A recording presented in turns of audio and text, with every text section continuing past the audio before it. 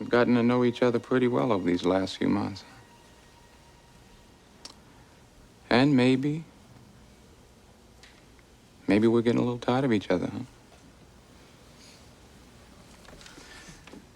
Tired of seeing the faces in this courtroom instead of the faces of our families and friends. Tired of having to listen to descriptions of degradation, torture, and murder. We want it to end, don't we? Wipe the slate clean.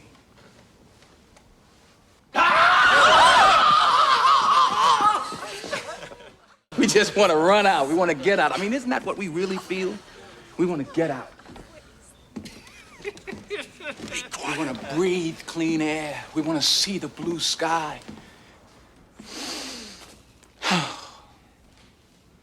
We just want to feel decent again. Welcome to part 2 of our Ricochet episode. But before we go into real talk, it's time for PP, our patron pitch. This is where we let our patrons know what they can expect on their exclusive patron feed, and we let non-patrons know what they're missing out on. So, new year, Alex. Same perks, and then some. If you join the Contrarians supplements at the lowest tier, at the $1 tier, the Travoltis, you instantly get access to the chat, where I try to send pictures of stuff that's relevant to what's going on in our podcasting lives. So I sent a picture of the files as I was editing something the other day, and I felt like I was communicating with our audience in a very special way. You also get access to our cutting room floor segments, just all the stuff that doesn't make it into the episode. Alex just went into a wrestling rant about Jesse Ventura in Contrarians Corner. He knew. Being smarter than Vince McMahon. Yes. Halfway through, he knew that wasn't going to make it to the main episode. He just went, I know this is just going on the Patreon. And I just nodded. I was like, yeah, we've been doing this for a while. We know how it works. But you can listen to it if you join the Contrarian supplement and the cutting room floor segments. And then, of course, you get access to our bonus episodes. Every month, we put out at least one bonus episode that's just for the patrons. This month, Alex, this is entirely on your shoulders. Our bonus episode, as demanded by patron Ben Murray, Filmbusters Ben, is the movie The Beach Bum.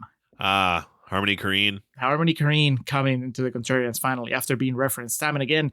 I want to say just you can trace a straight line to when you talked about trash humpers on the one of the after hours. I think that got the wheels turning in Ben's head, and now I guess we're watching The Beach Bum, and we're gonna be talking about it on our Patreon channel. So you'll have access to that, and also to all the other bonus episodes that we've done in the past 3 years of Patreon stuff that we've been doing. Now, if you want more, you get more. It just up your contribution. Go up to the $3 tier, the Winonis, and then you get access to our pre-recording notes. You get access to our quick video reviews. This month, Alex, we're going back to individual quick video reviews. So you have been assigned the movie Everybody Wants Some from Richard Linklater. Oh, okay. I think it's sort of a spiritual sequel to Dazed and Confused. I think I heard somebody mention it or reference it that way. And that's assigned to you by John Amenta, who gave us a dual QVR last month. And he's assigned me the movie The Frighteners. That's a Peter Jackson horror comedy. Is that Michael J. Fox? Yeah, Michael J. Fox. Yeah. I have vague memories of seeing at least part of it when I was much younger and just being put off by the idea that Michael J. Fox was not Marty McFly. So we'll see. We'll see how it goes this time. But Everybody Wants Some for you, The Frighteners for me, only on our Patreon channel, starting on the $3 tier. And then, of course, you also have access to Contrarians After Hours. A spin-off show where we tell you about other things that we're watching or that we're reading, listening to, thinking about. Alex, we just decided that we are going to do another one of those after hours where we tackle a single movie that we both decided to watch. Excellent. Please do the honor. So what are we talking about in this Contrarians After Hours? We'll be discussing the 2023 Alexander Payne holiday season offering, The Holdovers. Now here in the States, just was made available on Peacock. I wanted to go see it in the theater, just didn't get a chance to, but watched it yesterday with my mom and my sister. We both greatly enjoyed it, and I have many thoughts on it, so I'm looking forward to discussing it. And I take it you have yet to watch it, or have you seen it already? It's on the queue. It's next on my Okay. list, so I'll have it done by the time that we record. I mean, I better do, otherwise it's just gonna be you telling me about it. I think that Paul Giamatti might be a good actor, man. Well, Giamatti, yeah, that's not up for discussion. But I'm curious if this kid that they have playing opposite him, if he can raise to the challenge, or if he's just gonna get mauled by Giamatti in the acting department the way that Ice-T gets mauled by Denzel Washington and Ricochet. I guess I'll find out soon enough. Fair enough. So that's all Contrarians After Hours. Just the holdovers that, according to Alex Mattis on his Twitter, a new Christmas movie to add to the rotation. That's right. That's what I saw. That's what made me want to watch it more than the trailer. And then if you want to be part of those patrons that decide our fate, somebody like Ben making us watch The Beach Bum, well, that's what the $5 tier and the $10 tier are for, the Embreeze and the Gads. Just go to patreon.com/Contrarian Prime, look at what we have to offer, and decide which level you want to join for the Contrarian supplements. $1, $3, $5, and $10. Julio just ran down, what comes with each of them. But $1 will get you on the ground floor. You'll have access to our bonus episodes, dating all the way back to our first patron post, which was our episode on Blue is the Warmest Color. But more importantly, our mega series on The Rock versus John Cena, our Lindsay Lohan career and life retrospective. And as I've mentioned, our current patron goals that are out there once we cross 30 patrons, and this is at any denomination. This is at any level of patronage. This can just count at the $1 tier. Once we cross 30 patrons, we'll be doing a 7-part series on the attempts of pornographic actors to cross over into the world of mainstream acting. Once we cross 40 patrons, Julio and I will be providing commentary tracks for each of the Friday the 13th films. And eventually, when we get to 50, we know it's a lofty goal, but once we get there, it'll be like a year-long project, but we'll tackle the entire Saturday Night Live film catalog. So those are just kind of, hanging out there in the ether. If, as Julio likes to say, if you're on the fence and looking for a time or a reason to, throw us a buck, now would definitely be that time. And for those of you who are already patrons, God knows we love y'all. Just hang tight. These future projects are on the horizon for y'all. So that is our pitch for our patron. If you have any questions, hit us up on Twitter or our email address or Instagram or Facebook or anywhere you can find us. Comment on this post. Be like, yo, Goober, what's the deal? And we'll get back to you. But that covers our patron, Julio. Once again, thank you to all of our wonderful patrons. And now I believe it's time to move along. The entire time I'm thinking, okay, what's a fun line that is appropriate to quote to take us to real talk? Sadly, put my tit in the ringer. We already referenced that. How about when John Lithgow says, the guard that's taking him to his parole hearing says, well, I hope you flossed. And he says, I did. With your wife's pubic hair. So mean. Then he tells the guy on the parole board he's going to have sex with his wife, his daughter, and maybe even his dog. It's like, Jesus, man. Steven de Souza unleashed. He's a bad guy. On that front, originally the screenplay to Ricochet by Fred Decker was written as a Dirty Harry film, but Clint Eastwood deemed it too grim. Too much for Eastwood. When the script was attached to Joel Silver as producer in a different direction, Decker met Kurt Russell about starring while Decker was set to direct, which they were never able to reach a pre-production stage. Reportedly, violent scenes in the film were heavily cut down following test screenings. And this is a violent fucking movie. According to an interview with director Russell Mulcahy, in one of the scenes that was cut, Blake abuses Styles to the point where Styles vomits, and Blake has to clean him up with a sponge. Oh, that's sweet. This is why Styles has vomit on him when he's found in the streets. There's an uncut version of this film that's never been released, so Criterion, get on it. The next Denzel box set. And before I throw it to you, Julio, for the negative reviews and to begin our thoughts, I think this is one. I had no idea this came out just about a month before Cape Fear, as the premises are shockingly similar. Oh, you're right.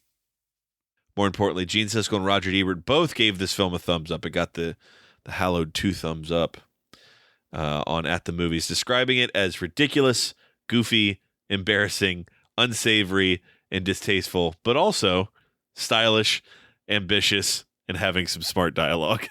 Man, I don't know about that last one. Please, Roger, quote me a line that's smart in this movie. It doesn't mean that it has to be a bad movie if it doesn't have smart dialogue, but I don't know. All right, Julio, who didn't like it? Why didn't they like it?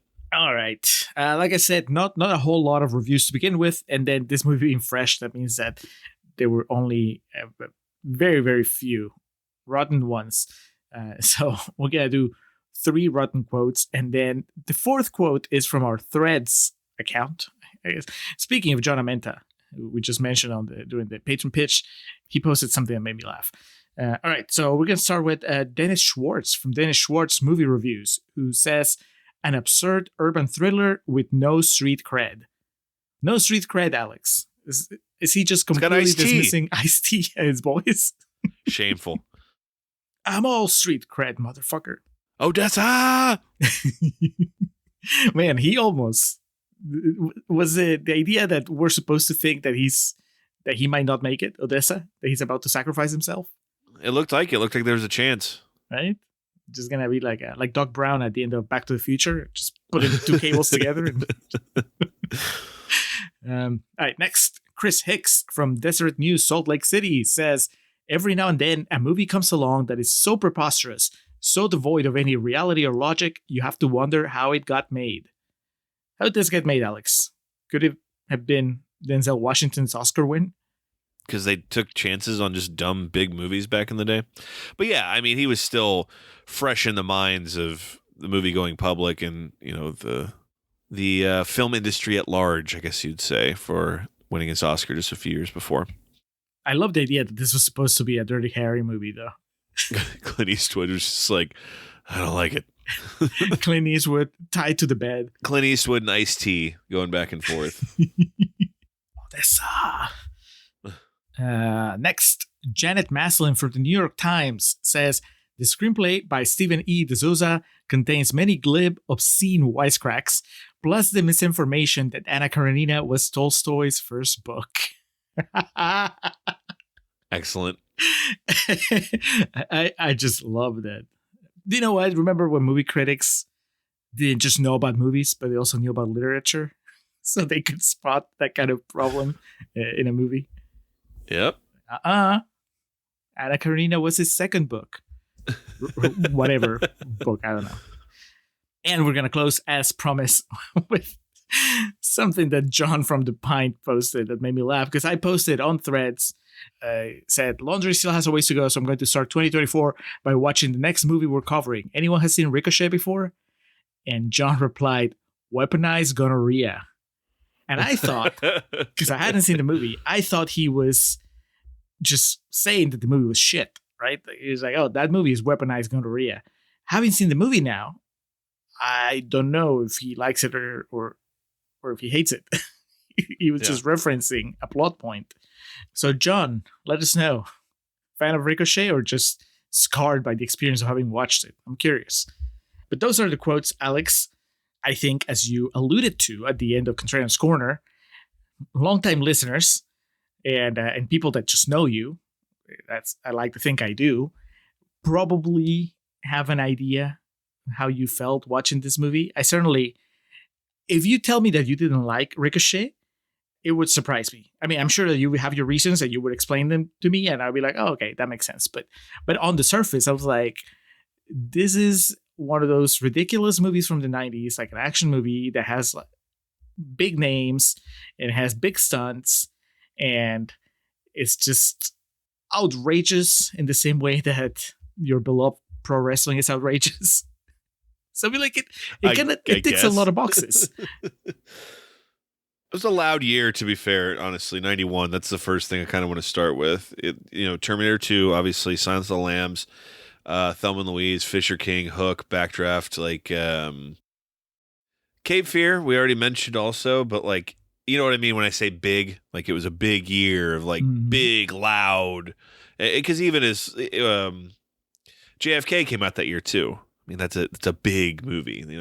Silence of the Lambs, you think of how big Anthony Hopkins is in that. So I can see, and the Fisher King, which I really enjoy, but Robin Williams, there's a capital B, 4 spaces, a capital I, and 5 spaces, and then a G. Yeah, but that's usually how Robin Williams is. Well, that's what I'm saying. Even for Robin Williams, it's good too. What I'm saying this in a good way, but I can see where the climate was also. When was Tango and Cash? I feel like Tango and Cash was around this point in time. And please do not confuse anyone with me saying Tango and Cash is on par with those movies, because Julio and I were both not too crazy about it. 89. So I could see by the time it's 91, and with the movies I just listed that kind of dominated award seasons and whatnot, how the temperature was so high that a movie like Ricochet could literally fall through the cracks. It's described as having a modest box office, and a movie I had never heard of. And when I read it, I was like, good God. And that's part of the fun with the insanity of the 90s, specifically early 90s filmmaking, late 80s too can be grouped in there, of these big dumb movies that would be made with bona fide A-listers. And this is a great example of that. There's obviously some problematic things that should have been prickly then and are even, more prickly now.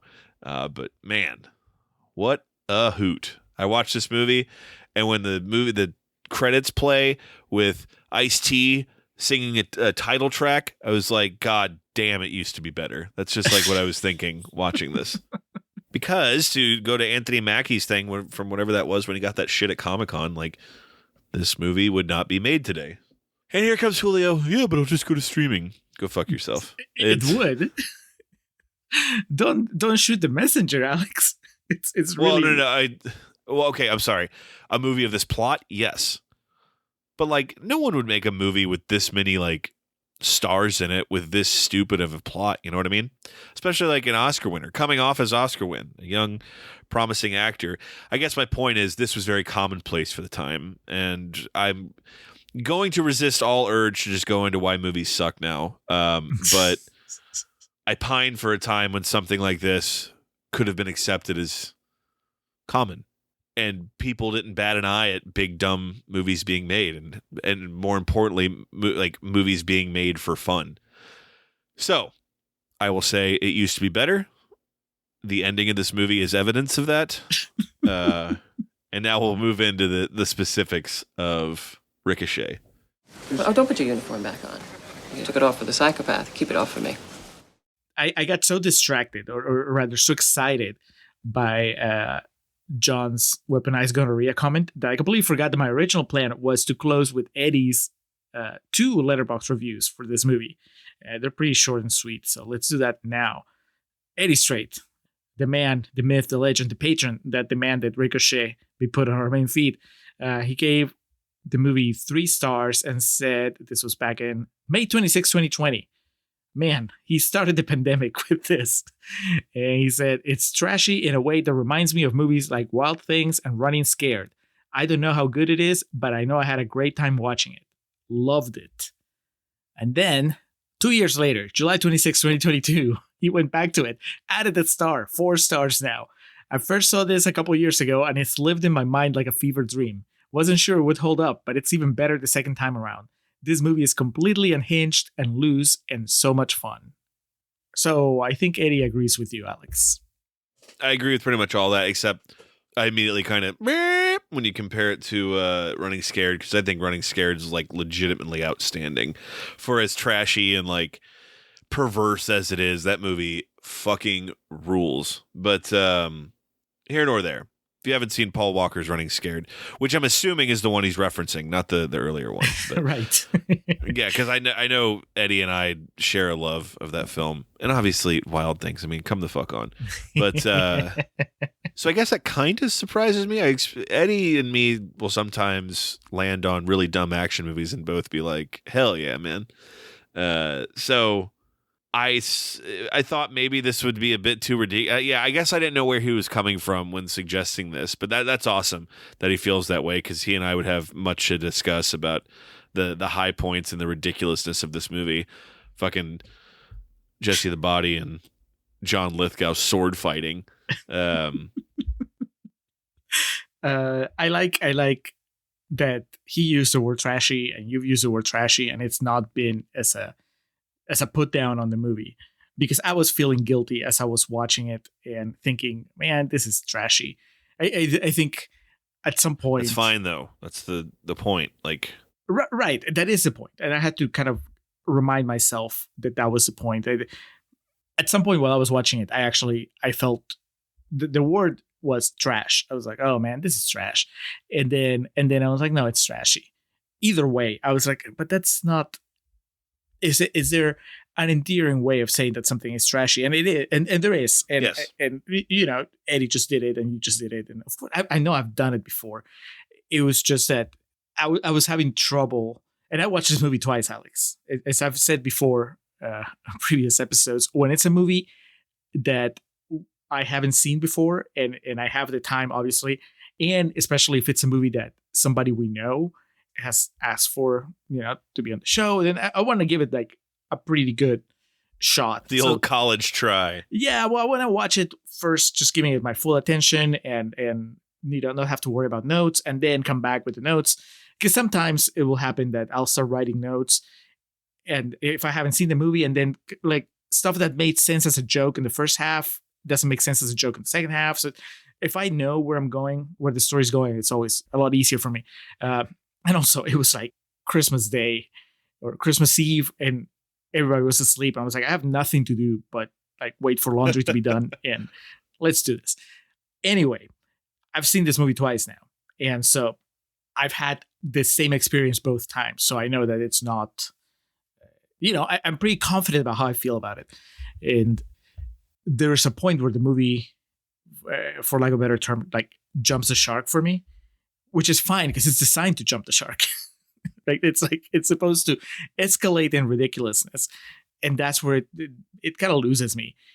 But I mean, it might lose me, but I am very aware that is my problem, not the movies, because the movie is. It's like it's my fault for not just holding on and going where the movie wants to go. You know, the movie's playing fair with with the expectations it sets, with the kind of movie it wants to be. I don't think it betrays itself at any point. And even if, you know, if it feels like that maybe on the first watch, the second time around, like I knew exactly where it was going, you know, and I still felt that moment halfway through the movie where I'm like, and you lost me.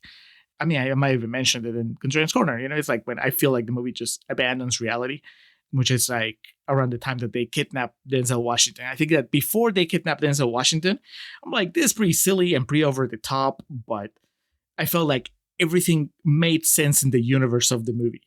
And then after Denzel gets kidnapped, now we're just fucking around. You know, we're gonna pump it full of drugs, and John Lithgow's plan is going to be insane, and there's no way that it would work in real life. But fuck it, it doesn't matter because we would just want to get to the big thing, the next big thing, and that's when I have trouble. Just, you know, that's when it just irritates me. And I was like, why is Denzel being so dumb? Why is everybody around him being so dumb? You know, and the reason is like, oh, because otherwise there wouldn't be a movie. You know, if they believe him, the movie doesn't happen, or the rest of the movie doesn't happen. You just let go and have fun, man. Yes, I was trying. I definitely tried the second time around, and it made me think. I was like, did this movie ever had a chance with me?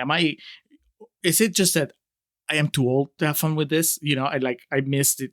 Like, if I watch Ricochet at the right age, do I just enjoy it for the rest of my life? Or even if I had watched it 20 years ago, I still would have felt like, I don't know either. I get the feeling that I wouldn't have enjoyed it anyway. I think this is a movie that you probably, I don't know. I mean, some movies you enjoy better when you come to them and you're older, because you're like, I've seen so much. What you're saying, right? Like in the climate of today's cinema, you watch something like Ricochet and it feels so refreshing that you just blitz through whatever flaws it may have because you just welcome something like that. So in that sense, it's like, oh, it benefits from age, from being seen 20 years later. But at the same time, I think that maybe there is something to watching it when you're younger and you haven't seen that many movies, and you just find it amusing. And it's not that there's little things. Like at this point, you're not going to get me excited just by having John Lithgow be a madman, like be crazy. You know what I mean? And I know that's not fair to the movie, but that's kind of like where I am. It's like I've seen it in other movies being crazy. So I haven't seen him be a gladiator in prison. So yes, I like that. That was cool. but I'm not going to, I don't walk away from this one thinking, oh yeah, give John Lithgow the Embry. It's like, okay, is John Lithgow playing a psychopath? I've seen it. I get it. I've seen Kevin Pollak play the best friend. I haven't seen him have a ridiculous death like the one he has in this movie. But again, when you do all the balances, it comes out. It doesn't come out in the positive for me. It doesn't come out in the negative either, in the sense that I didn't end the movie and be like, God, what are you thinking, Eddie? We've had movies like that. Movies where I felt compelled to just argue and fight the movie. Here, it's not that I fought the movie. It's just more that I watched it speed away from me halfway through. And like I said, and it happened both times.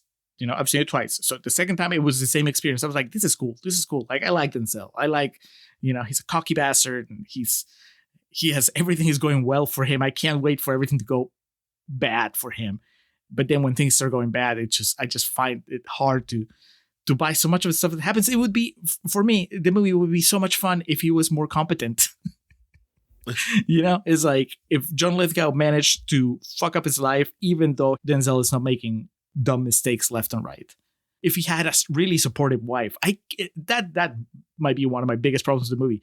How they paint them as this really solid couple, and then she's falling apart. She's crying in the shower when he's been missing for, I don't know, 24 hours or whatever. And then they find him and she almost scolds him in the hospital. Like, what the hell? What? It's just quite a story. Well, you don't believe me? Where the fuck you been? Give him the benefit of the doubt. You have 2 children with him. But then she's leaving him like handwritten notes 2 days later. It's like one night she finds out that he has an STD, and then the next morning she's like, oh, just took the kids to the park, love. It just doesn't make sense, and I know you're gonna say, and you're right, that she is such a peripheral character and so not important really in the big scheme of things. So that's also me for focusing on that. But that's kind of, those things annoy me.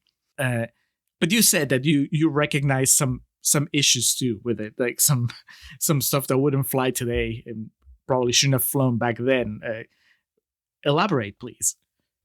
Before I do, I want to go back to the trashy thing and how that isn't necessarily a bad thing. And an example I can think of is I think we both do. We're big fans of Smokin' Aces, and that is a movie I would describe as trashy fun. But I think Eddie called me dumb one time for liking that movie. So, it ebbs and flows, and he can get away with it because he's our boy. But that, any of our patrons and stuff, that's kind of the thing we do. We think we're on an established wavelength with one another, and then someone will say like, "Well, I like this movie," and they'll be like, "Oh, well, you're an idiot." So that's what we do. We didn't talk about it in Contrarians Corner because it's not really something to make light of, but like the casual use of child pornography and like demonizing someone. Mm-hmm. Obviously, since 1991, the rampant spread and accessibility of fucking deviance like that, and the issue of child pornography has grown exponentially. And that's horrifying and sad. And a direct cause or a direct reason, I should say, is the internet and like just like I said, accessibility and whatnot. And it's just terrible, awful stuff.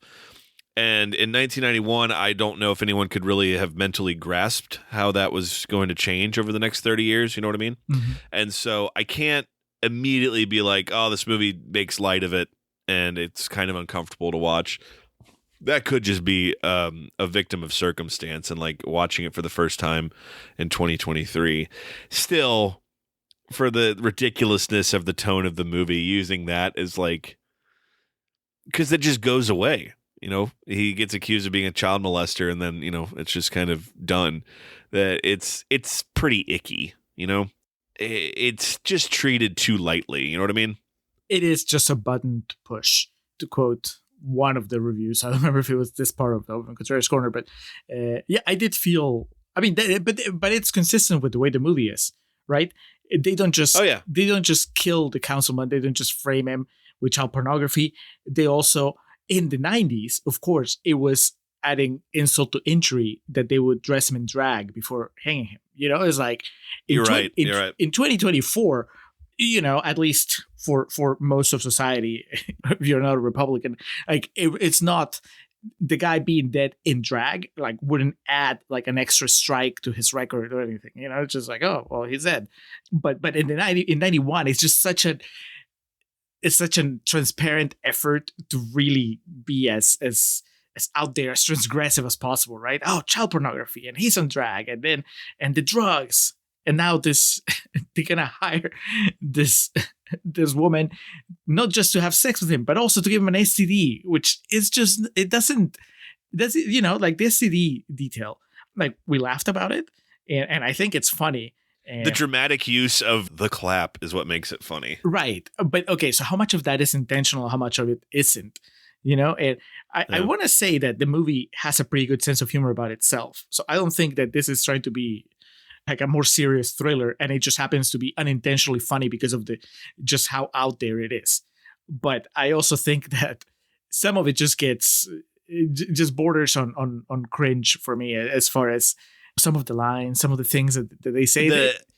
The happenstantial use of Aryan Brotherhood and Nazi iconography is just kind of like, good God, man. Oh, there's that like, portrait of Hitler that just falls. Like a fucking it's like the Kramer like wax painting that this guy has in his office or whatever. But see, that stuff, like I get why it's fun. Like it's fun because I'm talking to you about it, you know, and it's fun to think of, well, I'm gonna tell my buddies about this outrageous thing in this movie. But watching it, I guess, as a collection of scenes that go from one to the other, I was at some point the outrageousness of it all just, it's not even that it wore me out. It's just that it stopped outraging me or it stopped surprising me. I was just like, oh, look, it's Steven de Souza once again trying to get a reaction out of me by the same guy that's a couple of years later, for no explicable reason, has the John Wayne Gacy painting of M. Bison in M. Bison's lounge. It's just very strange obsession with triggering iconography. And like I've said about other things, though, but specific to this, other than, you know, kind of my middle finger and thumb pinching, you know, the bridge of my nose and just kind of shaking my head and laughing to myself about what just flew for a regular movie back in the day. The reason I bring it up here is because we're analyzing it, being analytical of it. But, you know, at no point did it really take me out of the movie. I was just like, good God, man. The shit that used to just, that's what we do in a movie. You know, kids can rent this at Blockbuster. It's different times, man. Different times. And then lastly, I have a few lines here quoted, and then I promise I'll throw it back to you, Julio. Your favorite guy, Josh Evans. This is the one part in the movie that like completely, I was having so much fun for pretty much the whole time, even as much as I was laughing at the absurdity. This line completely removed me from the film for like 5 minutes trying to figure out why he said that. When they abduct Denzel, Josh Evans, Kim is his name, says, I bet he shit his pants. I can't wait to look. I was just like, what? But that entire character, I mean, it's useless. It's useless. I mean, I get that he's supposed to be funny. At least I hope that he's supposed to be funny. but it didn't work for me at all. Like I didn't understand like what, and that's my fault, right, for trying to understand, like trying to make sense of some stuff in this movie. But I'm like, what's his deal? Okay, so it's just like the one note character, like the one joke is that he for some reason idolizes John Lithgow, and then without any buildup or anything, he turns on him on the last scene. Oh, you know what? You're a shithead. God, the performance is just bad. I didn't like that character at all. Like everybody else, I think it's actually doing pretty good. Some better than others. I think Denzel, even though he hams it up for me a little too much, but he seems to relish the dialogue. You know, we can argue how good the dialogue is or not, but I think that he owns it. It's what makes Denzel's performance so enjoyable, as absurd as it is. You feel like he believes the insane things he's saying. Yes. Now, John Lithgow, I think that he's mostly really good, but there are some times where I felt like he was like he didn't want to say the line, but he's like, he has too much dialogue. That's a big part of him in Blowout is he's a figure more than like a character, if that makes sense. Like he has dialogue in Blowout, don't get me wrong, but it's nowhere near to the extent of like the shit he says in here. You know what I mean? Like the most he talks in Blowout is at the end where he's tricking Nancy Allen into, giving him the tape and whatnot. For as good as an actor as he is, I think if I'm understanding you correctly, I don't know he was built to deliver the one-liners, like the bad guy one-liners. At least not the one-liners that they give him in this movie. When after his gladiator match and his buddy, like Josh Evans, is trying to he's like, oh, you're bleeding. And he says something like, oh, spare me the Nurse Nancy shit or something. But it's just, he says it, his delivery is even worse than mine just now. It's like, I don't buy it. The line that I quoted earlier, oh yeah, I was flossing with your wife's pubic hair. Like, you need a very specific type of actor with a very specific type of delivery to make that line work. The problem is too, he delivers it like John Lithgow would deliver that line. Yep. You know, you set up long pause and then say the follow up, but it's such a stupid line. Like I'm trying to think, who's an actor that could do it? Like James Woods. Yeah, something like that, or just like, hope you flossed. I did with your wife's pubic hair. And John Lithgow, it's just so. I did. With your wife's pubic hair. Perfect enunciation.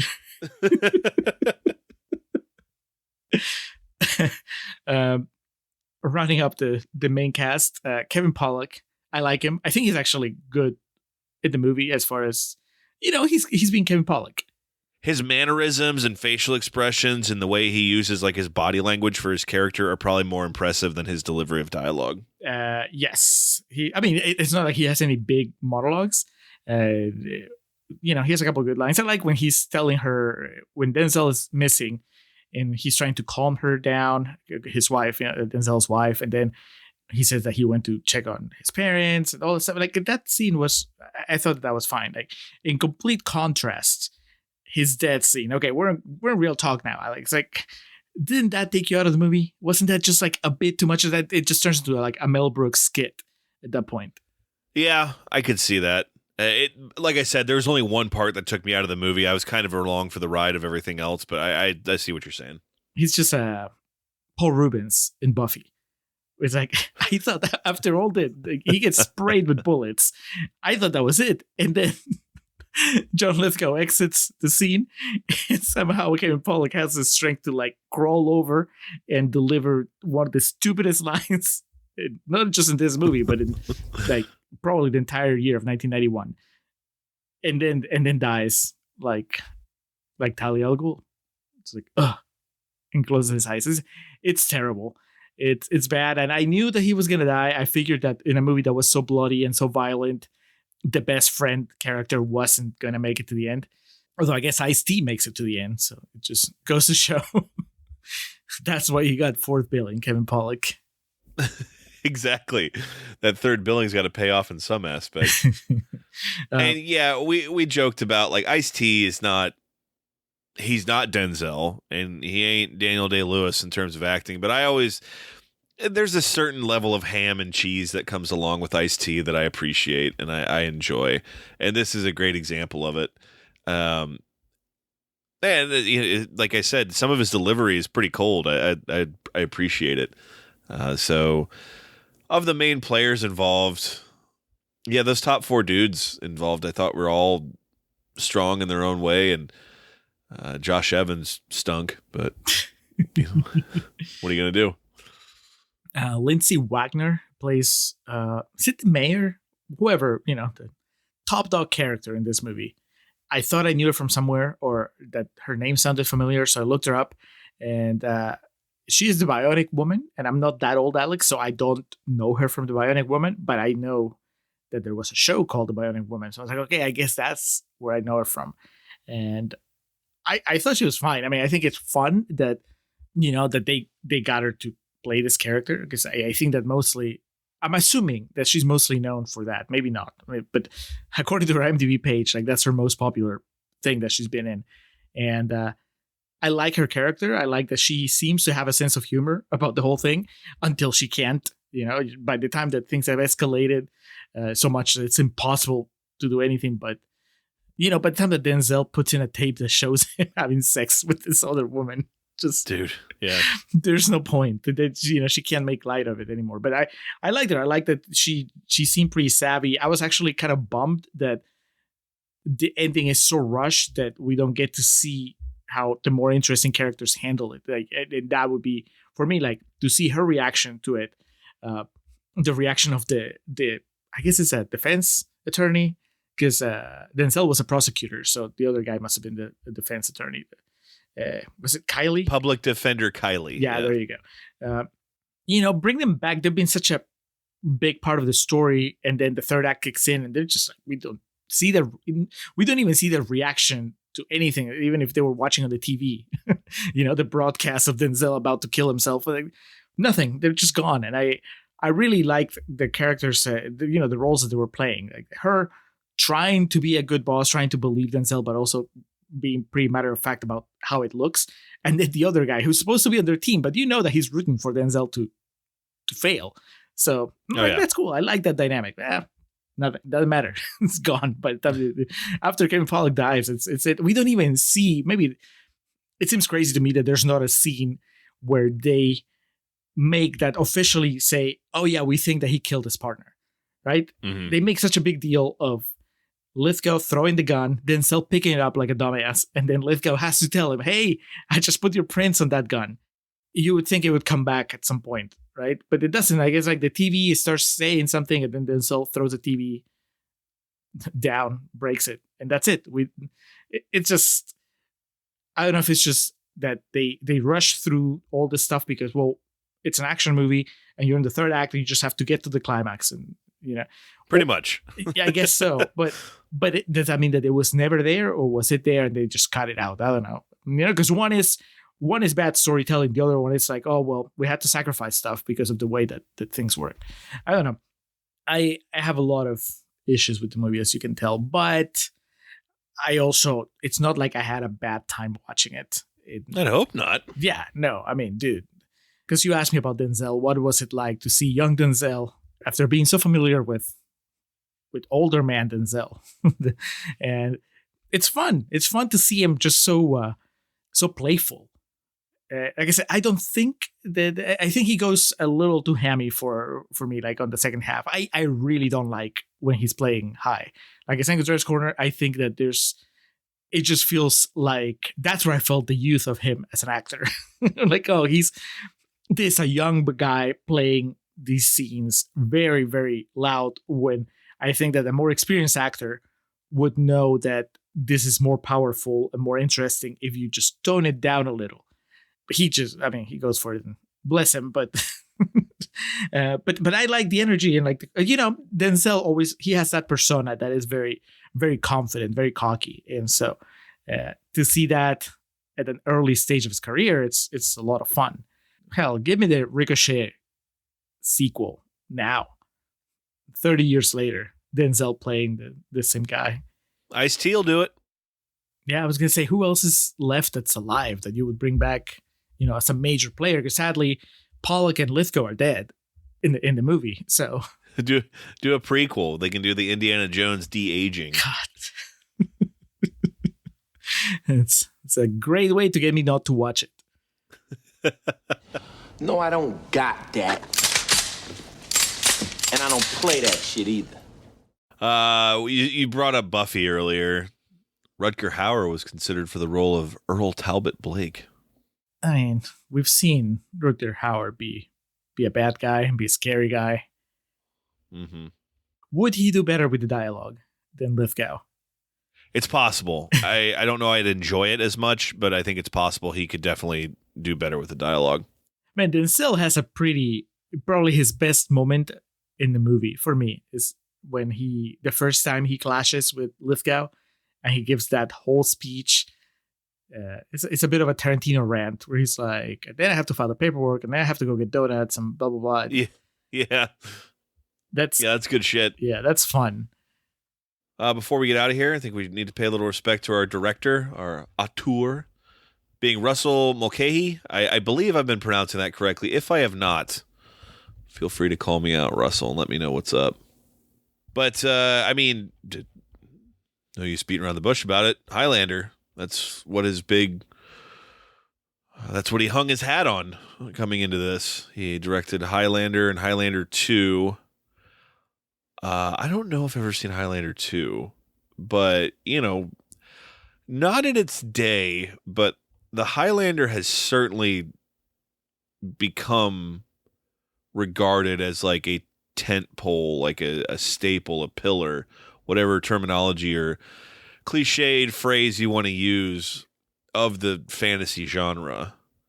It didn't even make its budget back in its box office run, but it's certainly now greatly appreciated. Yeah, I mean, they had a TV show and then they did a crossover, the TV show and the characters from the movies. I mean, it's just, I didn't know that it was originally bombed. I always thought that it was a franchise that just came out from the start, came out swinging. Well, so the original one had a $20 million budget, did about, looks like less than 15. And then Highlander 2 had a $34 million budget, and in the US only made 15. So I think they're an interesting revisionist. Not even revisionist. I think it just took, that's honestly the case with some movies. They just need to find the right audience, and they don't find it the first time out. After Ricochet, he directed Blue Ice with Michael Caine and Sean Young. And then we got a couple bouncing around points. The Real McCoy, The Shadow, 1999 directed something called Resurrection, which I'm not familiar with. The Shadow, the Alec Baldwin movie? Yes. Huh. He directed one of the Resident Evil films, Resident Evil Extinction. I thought those were all Paul W.S. Anderson, but I guess not. I learned something new today.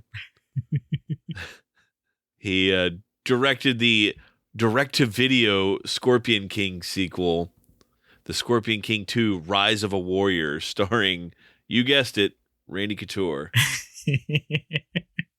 So, an interesting career for one Mr. Mulcahy, but a clear eye for this type of fun, as I call it. He also, if you're interested, has a very extensive videography of music videos. AC/DC, Human League, Paul McCartney. He directed Wonderful Christmas Time, the music video for Paul McCartney. Many Elton John videos. Let's see.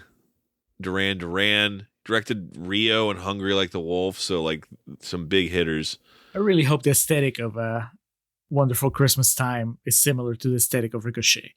Paul McCartney, or like, half naked. he accidentally pushes Santa off the roof and he falls on a big spike and gets impaled at the end. And Paul McCartney is just high the entire time. Why not, man? So, well, Julio, much like this movie, all good things must come to an end. I had an absolute blast, and there are so many movies of the 90s like this, and like I mentioned, the late 80s also. And there are, I mean, every decade is riddled with its charm of, what was in vogue. But for, where my knowledge is deepest and the actors I'm most familiar with, the late 80s, early 90s, and to a much lesser extent, the early 2000s are riddled with these hidden, I don't want to call them gems, but articles that are like, what the fuck? And this is a great example of that. And a movie that I probably would have never come across had it not been for Eddie saying, yo, this is what I want. So I am grateful for that. I had a fucking blast. I'm going to go with a B+. This discussion has not made me back down on any of my feelings, so I'm sorry that you failed at your mission of doing so. That was not my mission. I know, I'm just fucking with you. There are, and I called each and every one of them out, there are things in this movie that are silly, too much so even for the tone, or kind of like, come on, brother. But a great time at the movies for, people like myself who enjoy the ridiculous shit that is filled with A-listers, because that novelty never really wears off for me. So I'll go with a B+. Probably land somewhere between 4 and 3.5 stars in my Letterboxd review when I log this. Julio, what about yourself? Are you at least, will this be in the 3 territory? Will this be above 2.5? Or are you going to go dead center? Oh, man. See, I was feeling pretty good about my performance in Real Talk, and now you're making me feel bad because now this is 2 stars, man. For me. Ah, boo. It's not a good movie in the sense of it's not a movie that works, but that's fine. I mean, you can have a bad movie that's a lot of fun, and then that makes it a good movie. But that wasn't the case for me. I just, like I said, halfway through, it just drops off. It starts doing really dumb shit, and that's what keeps me away from the movie. I can laugh at it, but it's a lot more fun if you're laughing with it. And so I was not laughing with it. I was just rolling my eyes and just wishing that everybody was smarter. So I'm glad that it would have been really weird if you hadn't liked it. And I would have been like, all right, where did it lose you?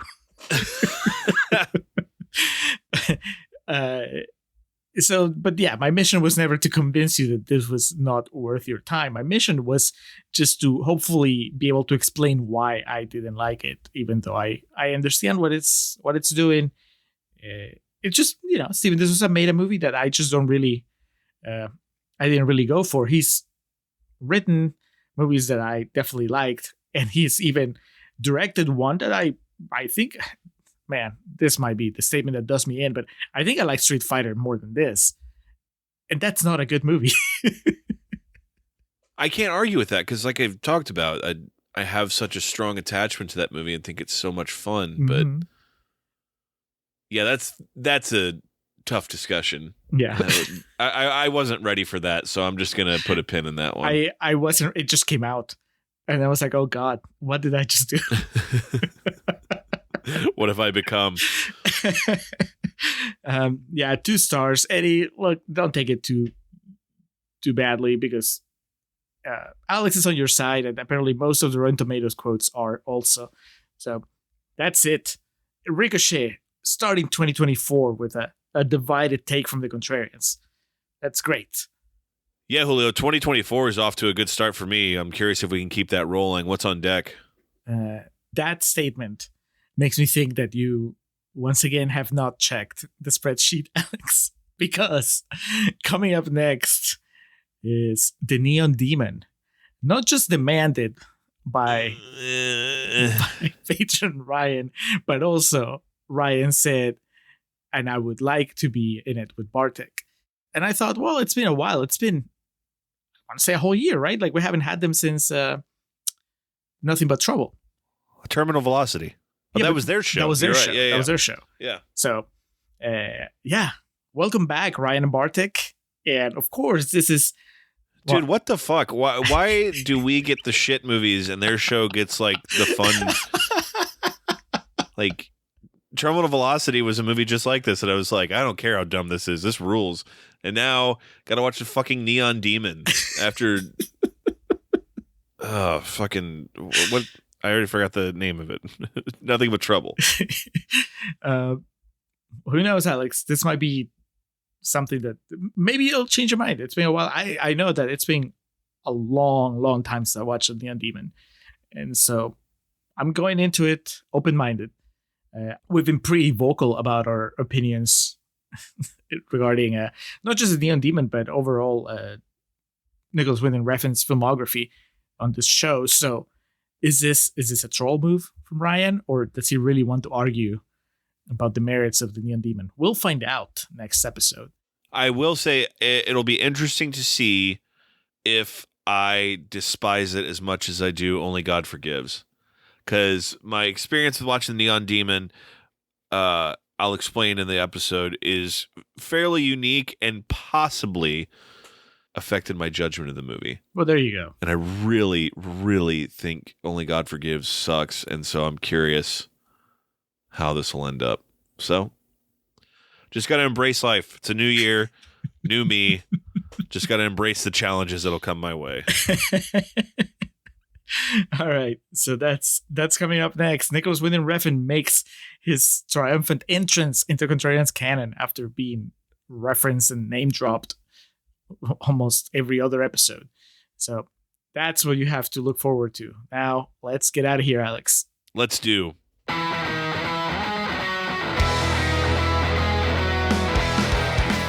Welcome to our end credits. Or as we usually call them, our perennial plugs. We start off by giving thanks to the Festive Years who provide our opening and closing tracks. They kick us off with Last Stand and take us home with Summer of 99. Be sure to head over to thefestiveyears.com for any and all Festive Years needs. Our friend and fellow podcaster Hans Rothgieser is the man behind our logo and all the art you see related to our show. Reach out to him and let him know how much you like that little tomato.